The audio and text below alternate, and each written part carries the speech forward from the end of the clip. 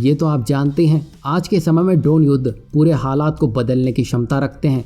यही वजह है कि जितने भी बड़े देश हैं वो सभी अपनी टुकड़ी में घातक ड्रोन के बेड़े को रखते ही हैं और भारत भी इसी कोशिश में है। तभी भारत अपनी तीनों सेनाओं को ड्रोन की ताकत देने का मन बना रहा है।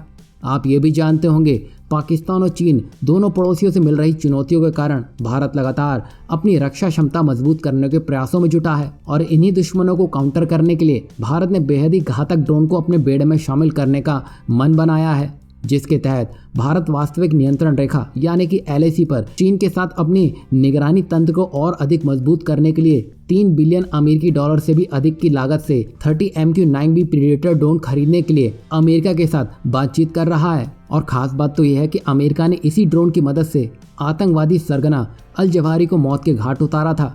वहीं भारत तीनों सेनाओं को 10-10 ड्रोन मिलने की उम्मीद है। लेकिन जैसा कि आप जानते हैं, भारत आत्मनिर्भर भारत लक्ष्य के साथ आगे बढ़ रहा है, तो जाहिर सी बात है भारत इतने अरबों डॉलर की सिर्फ खरीद में ही रुचि नहीं रखता है, बल्कि भारत को अगर तकनीकी हस्तांतरण मिलता है तो इससे भारत की आर्थिक शक्ति में भी इजाफा होगा। इसी के चलते भारत ने अमेरिका से ये डील ठंडे बस्ते में डाल दी थी। साथ ही भारत में जिस तरह मेक इन इंडिया का उद्घोष हुआ है, उसने बड़े बड़े देशों को साफ बता दिया है कि भारत को हल्के में नहीं लिया जा सकता है। तभी तो हाल ही में एक खबर सामने आई है जिसमें जनरल एटॉमिक्स MQ-9B UAV की विशिष्ट तकनीक के लिए TOI यानी कि ट्रांसफर ऑफ टेक्नोलॉजी की पेशकश कर रहा है। मतलब अगर भारत अमेरिका के साथ इन ड्रोन की डील को लेकर आगे बढ़ता है तो जनरल एटॉमिक्स तकनीकी साझा करेगा, जिससे भारत अपने मेल हेल्थ कार्यक्रम के लिए उपयोग में ला सकता है।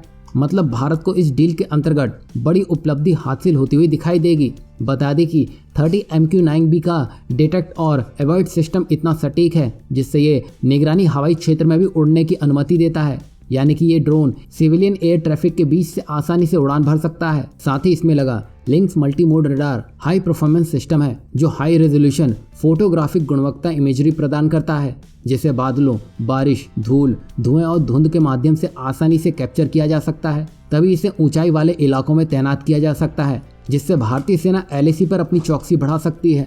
मतलब यहाँ भारत को एक बहुत ही एडवांस तकनीक भविष्य में मिलती हुई दिखाई देगी जो भारत को बड़ी ताकत प्रदान करेगा।